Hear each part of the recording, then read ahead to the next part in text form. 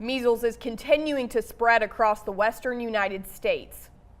3 months into 2025, the U.S. has already seen more measles cases than all of last year. The CDC reports 328 confirmed cases across the country, with the majority in Texas and New Mexico. Health officials say 75% of those infected are under 20 years old. So far, 2 people have died from the virus. Here in Kentucky, state officials confirmed a measles case in late February. The virus spreads easily through coughing and sneezing, and experts warn it can lead to serious complications. Doctors recommend checking your vaccination records to make sure you're protected. New tariffs on foreign goods are sparking tensions with U.S. allies. News Channel 12's Alec Fouch explains why Kentucky's most famous export is at risk.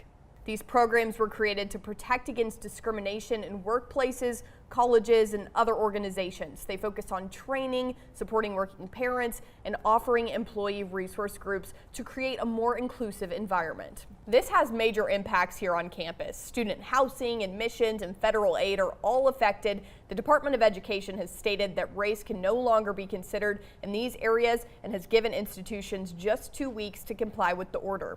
At least 45 universities are now under investigation for failing to follow that order. Conversion therapy is now legal for children in Kentucky. State lawmakers overrode Governor Beshear's veto of House Bill 495. The Republican-led legislature passed a bill that overturns a previous ban on conversion therapy for minors. The practice attempts to change a person's sexual orientation or gender identity through counseling. Republicans say the bill protects parental rights, but Beshear calls it dangerous and discriminatory, blaming the practice for the deaths of Kentucky children. The bill also blocks Medicaid from covering hormone replacement therapy or other gender-affirming care for transgender people.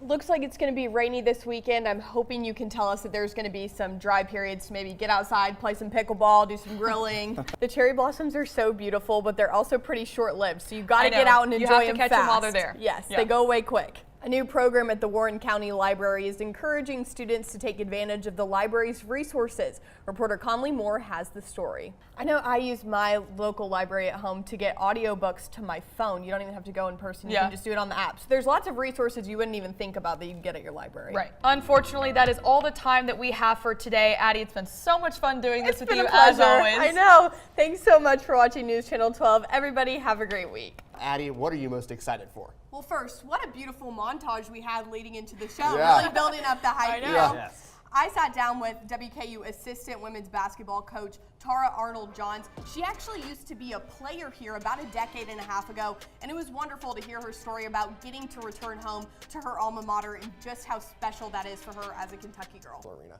Absolutely, and there's true passion about it. You can tell by Kaylee's little shoulders. Yeah, little shimmy. Yeah, there you go. She's excited to be out there. There you go. He's really been the glue for this team. The 6'2" senior guard is putting up 17 points per game, 3 rebounds per game, 1.7 assists per game, and he's beloved by this fan base. On senior night, you saw that group of students with the I Heart Dawn shirts. I wish we had a picture of it to show you guys, but if that doesn't say something about the impression he's made on the fan base, I don't know what else would. You can see it in the background of the highlights. Oh, there they are. There they are. I love Don. He can do it all, and he's got a kind heart. Clearly, you talk about him giving his shoes to those kids. So love to see someone who's doing good things for the community, also doing good things on the court.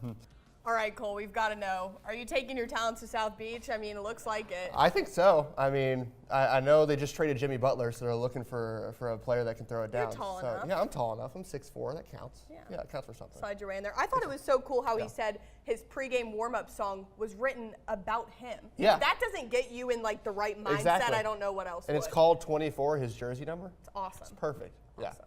Well, up next, it's time to sit down with the man leading WKU athletics. Welcome back to The Extra Point. It's time for everyone's favorite segment, Delay of Game. A quick reminder, each contestant will have 40 seconds to argue their point without interruption. After that, the gloves are off, guys. Today, I'm joined by sports directors Cole McIntyre and Ryan Murphy. Whose idea was it to do this? My goodness. Wasn't a good idea. I'm scared to moderate this. Isn't going to end well. First, let's take a look at the boys' state tournament. Who's winning the state title this season, Ryan? All right, last topic. Mr. Basketball is awarded to the top senior in Kentucky. Ryan, who should win the award this year? Guys, that was really beautiful. You started to agree there at the end, come together towards the end. I like it. It's all for the camera. Coming up, how the Lady Tops were able to make such a big turnaround from a disappointing end to last season and the one-star player that made a difference. Welcome back to the Extra Point. It's time to talk about the Lady Topper basketball team. Hannah, this has been quite the bounce back from a very disappointing end to last season. Yeah, they're top of the conference in points average. And I think we really have to hit on what you were talking about. The fact that you have 4 players scoring more than 11 points per game. This is a very balanced attack. You're not waiting on one person to have a crazy night to take you over the edge to win. They're able to do it and spread the ball across the court well. They also are second in the conference in steals per game. And the defense is really what sets the team apart this year. And a huge part of that is Alexis Mead. She is so much fun to watch. She's so shifty. There is a reason why she's 7th in the conference in points per game.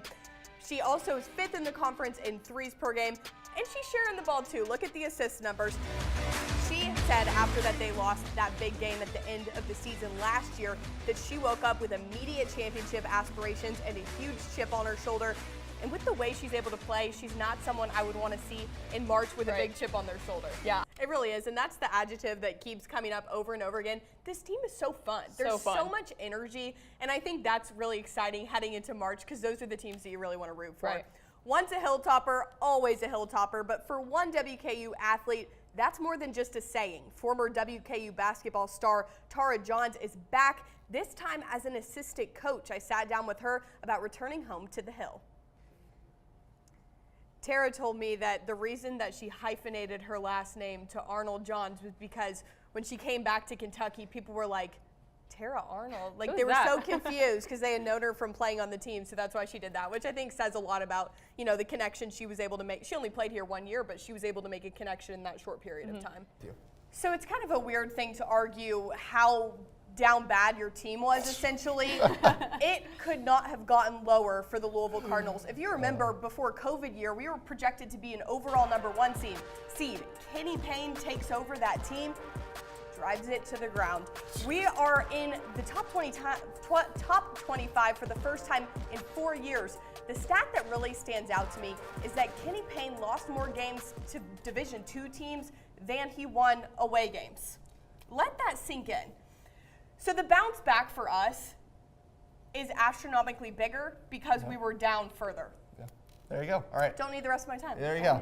Hannah, you know what, Hannah, I get it. Hindsight's 20/20. I think it's funny that Kentucky fans didn't have a problem with this whole one and done thing until Cal was gone, and now all of a sudden we were so mad about it, guys. You were mad when you lost in the first round. You know what? At least y'all made it to the tournament. There you go. At least y'all made it to the tournament. Okay, well. We do have a more recent national championship than you, need I remind you. Ooh, okay. We have not had a more beloved player at the University of Louisville since Peyton Sivo, which is actually Chucky Hepburn's mentor, which, makes sense, paying it forward. Chucky is averaging 16.3 points per game. He's 23rd in the nation. During the game against Pittsburgh, he dropped 37 points and 6 consecutive threes in a row without a break. It was a remarkable performance. He's somebody who's able to take over when we need him, and that's what he's done. He's carried us to so many victories this year, but he also shares the ball. He's not selfish. I think the easiest way to look at this is to compare head-to-head. Chucky is averaging more points, rebounds, and assists than Lamont Butler. Again, I don't know how Lamont you has been numbers. missing some games because of a shoulder injury. That's He's still divided out. That's divided out for the games, though, so that takes that into account. Pat Kelsey revived this program. He is on the Naismith Men's Coach of the Year watch list. Let's pull up some of the stats about Pat Kelsey. A notable omission from that list, from the experts who are deciding these things, is Mark Pope. Oh. It's also important to note that currently right now, Louisville is sitting in at 13th in the coaches poll, which is 11 spots ahead of Kentucky. To me, it seems like the Louisville Cardinals keep getting better, overcoming adversity through injuries. And if you look at the rankings, it really seems like Kentucky just keeps getting worse. And I think that's the sign of a bad coach. And what's been happening is that you've been losing to teams you shouldn't be losing to. You're right, but also at the end of it, and you know what?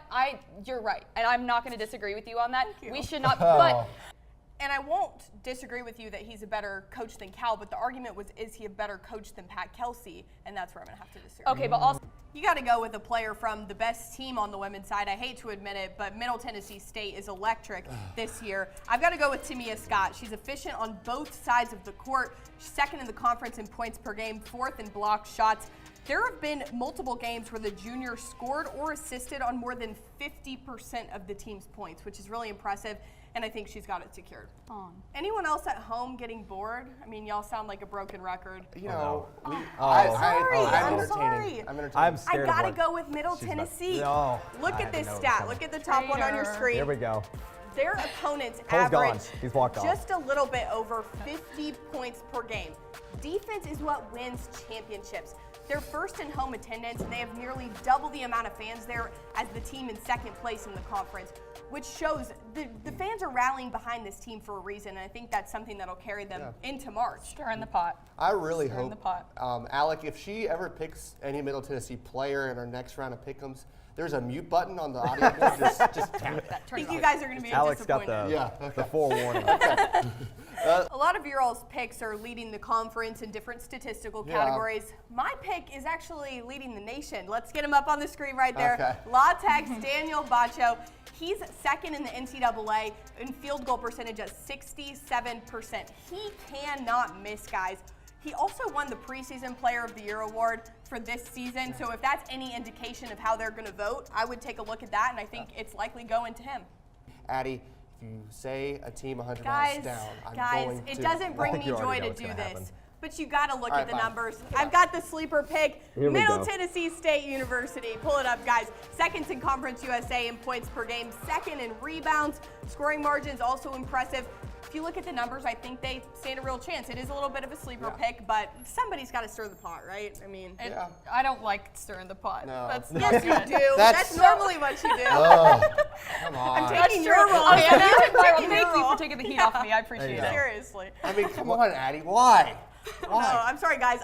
In my deepest heart of hearts, it's going to West. She kind of wants to transfer there. To- For her to last say semester that- of college, No, just guys. head down. Yeah. Head down To 100 do it. miles. To quote the great Hannah Hamelback, it's March. You can argue middle because anything can happen. Anything can happen. Okay, Ryan. Anything can happen. But thank you guys for sticking with us for our hour-and-a-half special. We'll see you after spring break. As always, it's up And it's good.